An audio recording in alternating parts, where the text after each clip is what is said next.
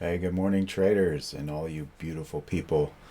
We're going to go over this week's hotness. This week I added 20 coins to the list, believe it or not, even with this drawback on the Bitcoin. There are many coins that are prepped and ready to go even higher than they've already gone. So let's just jump straight into the charts here. I'll show you what we're looking at. Of course, I always start with Bitcoin. You guys know this.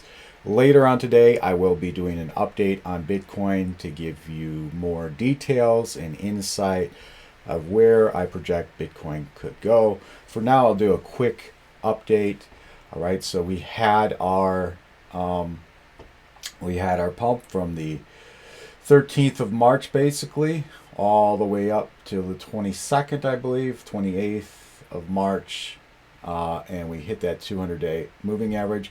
And now we've retracted. All right, in my last video I explained that I did expect us to do sideways movement this week and really test the support zone. I didn't anticipate we would break the support zone, but I'm actually happy we did. That's a very bullish sign, in my opinion, that the bears were able to retract us all the way down to 50% Fibonacci. All right, that's a good retest of our 50% mark, and also I already had a support zone drawn there, so those two intersecting give us strong support. Now, could we go further? Yes, we obviously always could go further down or up. I mean, that's always the case. Zero is the bottom line, of course, for crypto, but the sky is the limit for moving up. But anyways, let's take a look at what is happening here. Now, there's two things that could be happening. I can't spend too much time, but we could actually be forming a bear flag here with these two candles moving up. I don't know that this is the reality, but if it was, I would say the furthest down we would go if we broke this next level of support and the 50% Fibonacci is we would go right here where the 100-day is intersecting the 50-day, as well as a 6.18 Fibonacci retracement. That is often a target. 50 to 61% Fibonacci retracement is often a target down during a drawback. So again, if we broke that support, we would come further down here to this 0.618 Fibonacci. Now, why am I telling you all this preceding my altcoin hot list? Because a lot of the coins I'm going over depends on the price action of Bitcoin. Now look at Bitcoin, looks like it's moving up.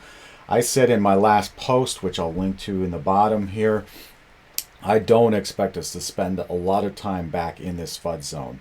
The bulls have already signaled we're ready to go, and this is my whole target area I expected us to reside in. So I think we're heading back up above this support zone very soon. All right, let's get started. Enough said on that. Some of these coins I am going to have to remove from yesterday. I removed a lot of them, but there's a couple more coins that have dipped below, and so we're going to have to take those off the list. The rest of these are all set and ready to go. AGLD, Adventure Gold, I believe, is above our 50-day, above the 100-day, and we look like we're ready to go. Again, you can see the 200 days just started to print up there, and it's hanging on to the 50-day. It looks very strong here. Actually, from 50-day to the 200-day, if you wanted to set that as a target, that's 50% profit, folks. 50% profit on Adventure Gold. Moving on, because I have to. We have 28 coins in this list.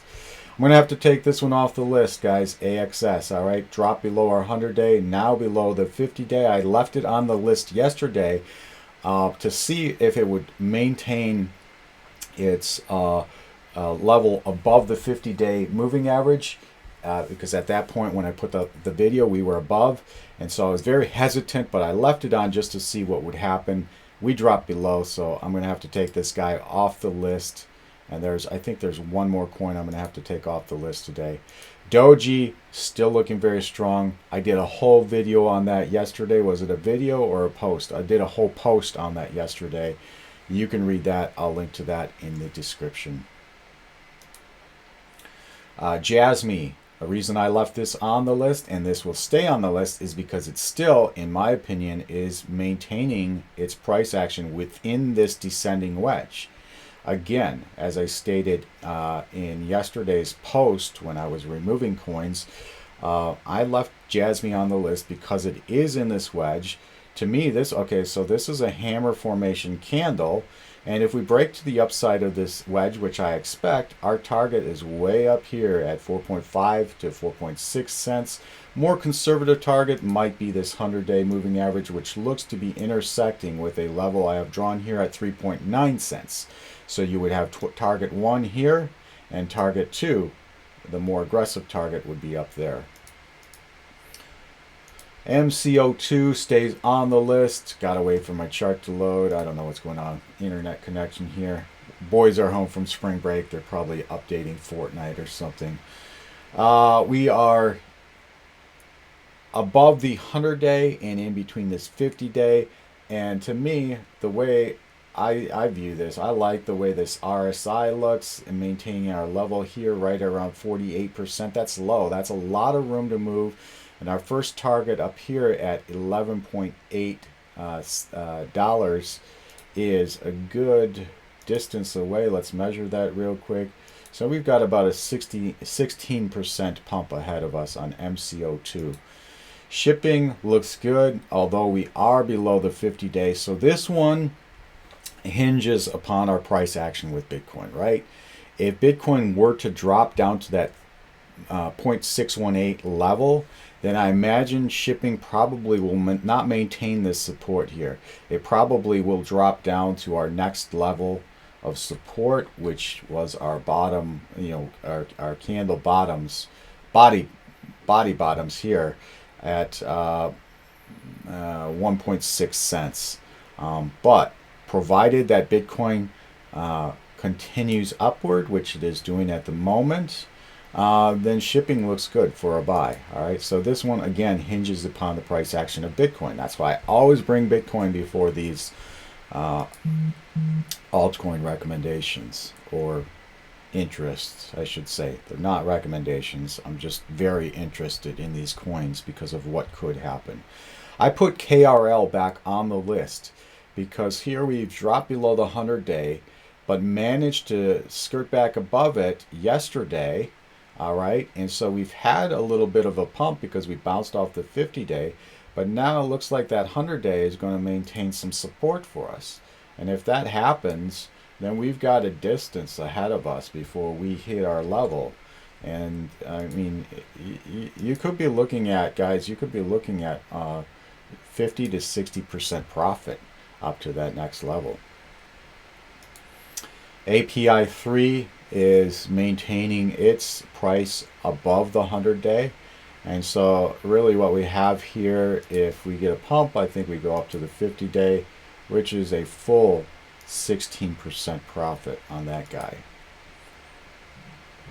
All right, Quick stays on the list, or is on the list, it has been added to the list, I should say, because it's above the 100-day, above the 50-day, above the 100-day, and we have the 200-day overhead. Now, you don't have a whole lot of profit. Well, it's more than you think. All right, so if we hit that 200-day again, that's 28% profit from our current level. So that's why that one's on the list. CTS.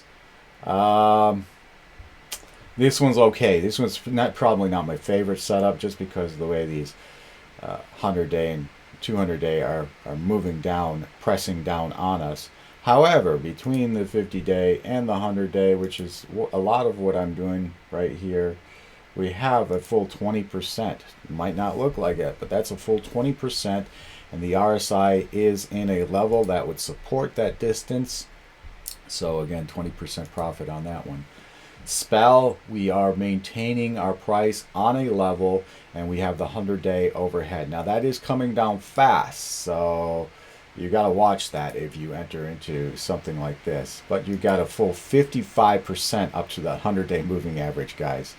Incredible. All right.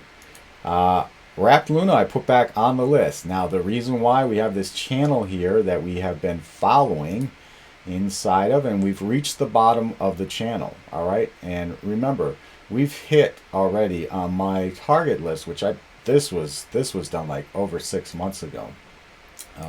We hit target 1, hit target 2, and now we're headed off to target 3.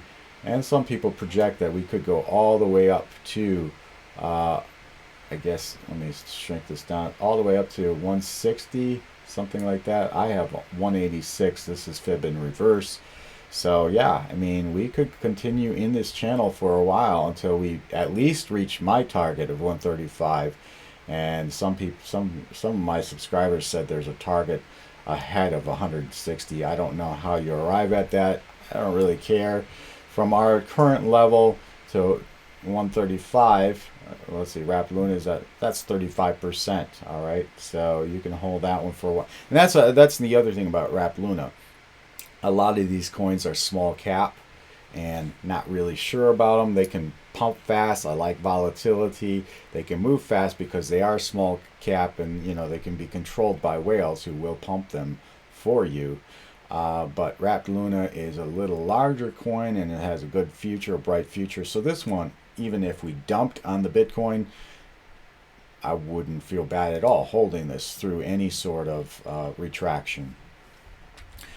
ICP, I really don't like this coin, to be honest with you, but because take a look at this. I mean, you have all it's been doing is coming down, flat lining. All right, and so, but nevertheless, between the 50-day and the 100-day, which looks to be intersecting with a level of resistance at 2157, you have a full 16% profit. That's not great, not as great as some of the other coins, but ICP is a little bit, you know, has more cap. It has more market cap than some of these others that I don't really know much about. I'm just purely doing technical analysis here. Loom, I put this one on the list because we have a good area of confluence here with the 50-day intersecting the 100-day, and that looks to be providing us support. So where would our target be? Well, I would put our target at the recent body high up here, and if you were to measure the percent gain there, you're looking at a full 24-25% gain on Loom. Solana, another one that I don't mind holding during retractions. All right, so it's a noisy chart because I did do some tech analysis on this previously and didn't take all that stuff off. But what I'm looking at here is a retraction down to our 50% Fibonacci. You see that right here? I've got it drawn in. It's kind of hard to see with all this crap, but that's 50% Fibonacci retraction, which coincidentally intersected with the 20-day and the 100-day, which are also intersecting with Fibonacci, 50% Fibonacci. So I don't think Solana is actually going to go any lower than that price level at, what is that, $110. And from its current price up to the 200-day, which I would set as my target, you have a full 26% profit on Solana. CRV sitting nicely on its 50-day moving average. We do have the 20-day moving average overhead, which will provide some resistance, but I could look to go to the 100-day on this, and that's a full 32% profit up ahead for us. Suku, I put this one back on the list. Now you remember the last video I did recommended right here on our level, and then we pumped. Now this was the first one I was criticized for putting on the list by one of my subscribers on TradingView who expected it to crash, but a lot of you made 50% that followed this particular trade. A lot of you made 50% plus from that last video of recommendations. So whoever is now my critic here on TradingView was following another professional technical analyst, and there's a lot of these professional technical analysis that just they read the news and they go by the news. Well, that's not really technical analysis, because as I've said many times before, technical analysis should lead the news. You can read what is going on the charts before you see the news come out, right? And that's why we do technical analysis. It's second order removed from price action versus being third order removed, which is what news is. News does not drive technical analysis. The technical analysis, or the psychology of the market collective, you should be able to read the cues, the indicators on the charts before you ever see the news, unless you're an insider, right? If you're an insider, you might see the news first, but most of us are not insiders on the news items. And so that's the problem I have with a lot of the professionals here on even TradingView. There's many good technical analysis on TradingView. Don't get me wrong. But a lot of technical analysis are reading the news into their charts, and that's bias influence. You don't want to have that bias influencing your read on the markets here. I'm putting Suku back on the market, or on the hot list here, because it's over the 50-day, over our level of support. We have a little bit of resistance with the 20-day, but I see this thing could pump conservatively back up to the 100-day moving average, which from our current price level of 25 something cents up there is now 28% above us. Doesn't look like it, does it, guys? But that's 28%. And then you have a more aggressive target up ahead, which is that level, and that's 37 cents. Oops, I meant to measure that. I got to be quick here. That's a full 40% above us. All right. This one looks interesting. CHZ. I got to see how much we have left here. All right. Pump to the 200-day moving average on this one. Got to move a little bit faster here, guys. Again, 200-day moving average, which is up here at 63 cents. OMG, a great one, and it has now actually come back down, almost touching this black trend line. We've got a lot of reasons why I would want to enter this one, and my long-term swing target is way up here, guys. And I am not. That is not a joke. That is where, in the long term, return to me in a year or two. I promise you, will be up here at $22. All right.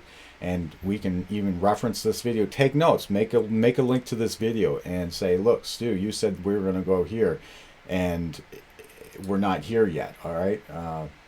But anyways, shorter term, we're looking at from our current price up to 200-day is a full 60% plus profit on this one, and that would be my target. Target one might be right here at $6. But target 2 would be that 200-day moving average. ADA I have back on the list because we're over the 100-day moving average. Again, you could target these levels up above all the way to the 200-day, which is a full 37% above us.